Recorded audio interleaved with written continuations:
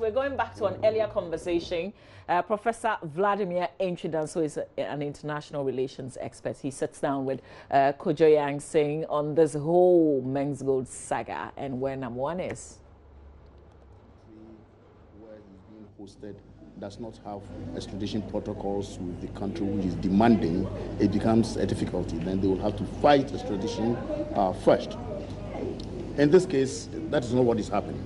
We have several instances in international relations where you have the host country not wanting to even give up the fugitives. Snowden is a typical example. Assange is another example. Pinochet was arrested in London. There are several instances.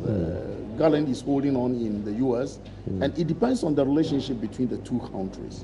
Luckily for us, I think we have very good relationship with the Emirates. And the delegation, the composition of the delegates tells you our readiness to do everything possible.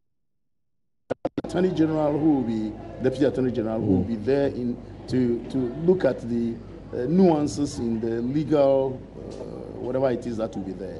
You have the CID, you have the Ghana office, Interpol being represented. And so if it is Interpol which apprehended him, then you don't have a problem at all. So I'm very happy about the composition. And I'm very happy also because what is going to happen is not going to have any fight. We aren't going to have any fight with the Emirates, because it's not the case that the Emirates want to harbor him because of some gains. Normally, you harbor a fugitive when you know you got to get something from it. I should remind viewers about a certain situation in the 80s where you had Kuchandani, actually naturalized in Ghana, who embezzled or stole $20 million, ran away to Liberia first, found himself in London, and the British government was not going to have anything to do with our government's request. Apparently, the British government then did not like the Jerry John government. And in international relations, that is what happens.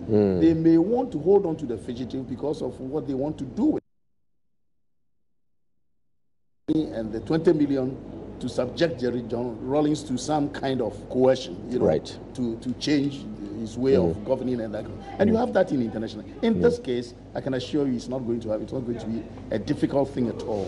It's interesting that you give the Kuchangani example, because there are many who are analyzing this situation not exactly from what the Emirates stand to gain, but from how important he is to Ghana. And having knowledge of that value that Ghanaians place on the ability to bring him here to face justice, political considerations and so forth, are they not likely to ask for something in return? Certainly. In international relations, especially in diplomacy, scratch my back, I scratch your back. They may.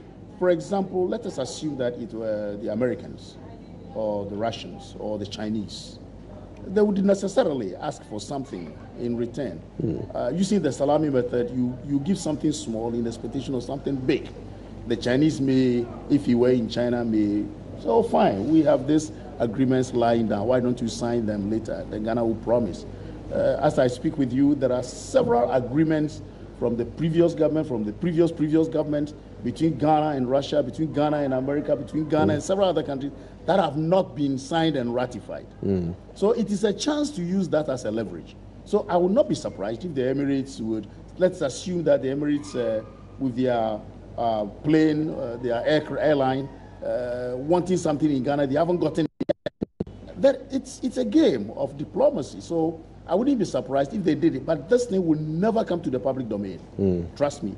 Right. If they are asking for anything, it will never come to the public domain. Look, we're talking about the Gitmo 2.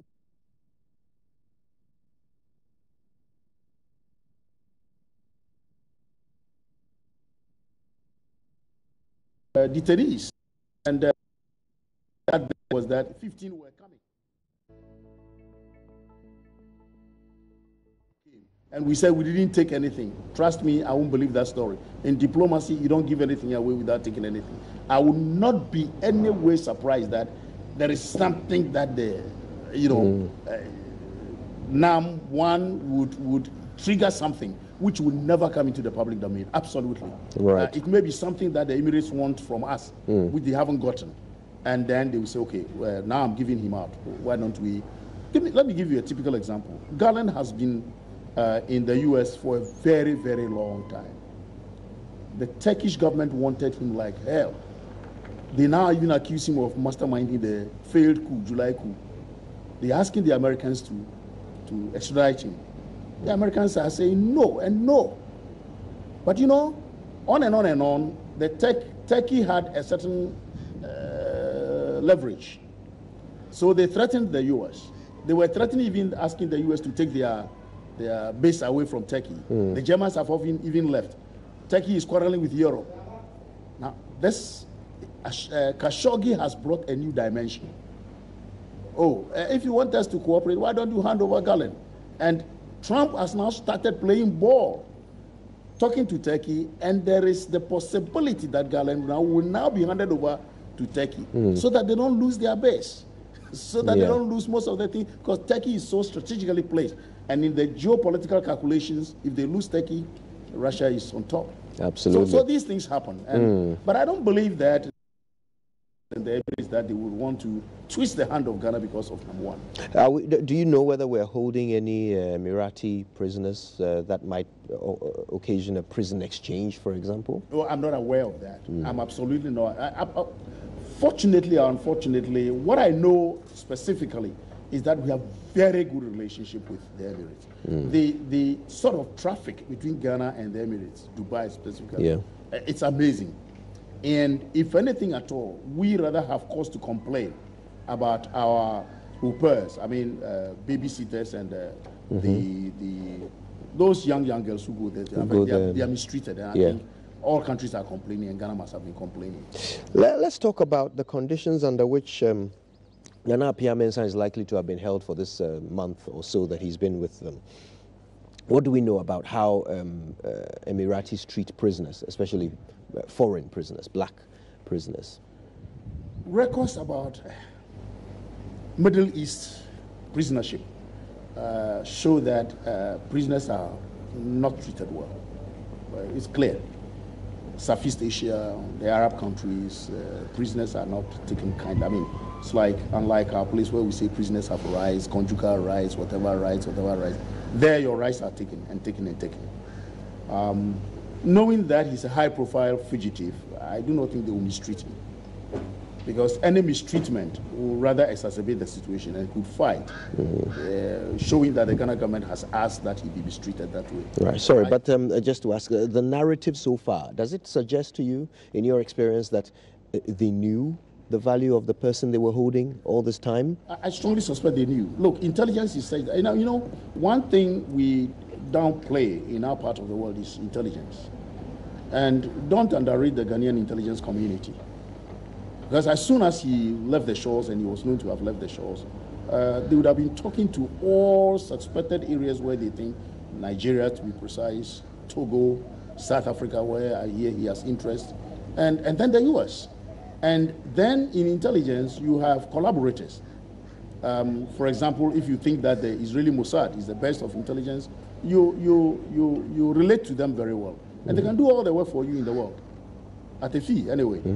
And or in collaborative form, you also do their work for them. So the network of intelligence within the world, we don't have to underrate it. Gone were the days when you could just disguise yourself and run away and you are done. But as soon as you leave and you are a wanted person, I remember my friend